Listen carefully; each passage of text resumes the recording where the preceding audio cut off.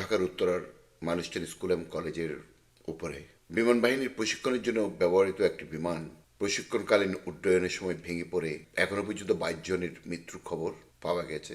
সেই সাথে 171 জনেরও অধিক আহত শিশু কিশোরদের সন্ধান পাওয়া গেছে। ঢাকার মতো একটা ঘনবসতিপূর্ণ এলাকায় বিমান বাহিনীর একটি বিমান কিভাবে প্রশিক্ষণের অনুমতি পায় আমি জানি না। আমার আমার হৃদয় ভেঙে যাচ্ছে।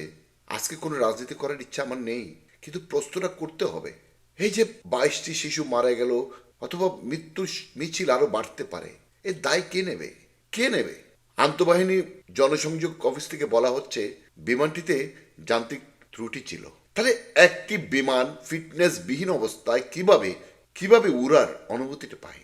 সেই সাথে আমি যেটা দেখলাম যে মানুষ ফেসবুক লাইভ করার জন্য, ইউটিউব লাইভ করার জন্য সেই স্কুলের সামনে যে ভিড় করেছে, যেখানে উদ্ধার কাজ চালানো এক প্রকার অসম্ভব হয়ে পড়েছে। কেন এসব হচ্ছে? আমরা কবে সভ্য হব? আমরা সংস্কার সংস্কার করে দিনটা চিৎকার করি। নিজেদেরকে যদি আমরা সংস্কার করতে না পারি, তাহলে ওইসব গদবাঁধা সংস্কার দিয়ে কি হবে আমাদের? সুপ্রিয় দর্শক, প্রশ্নটা রেখে গেলাম আপনাদের কাছে।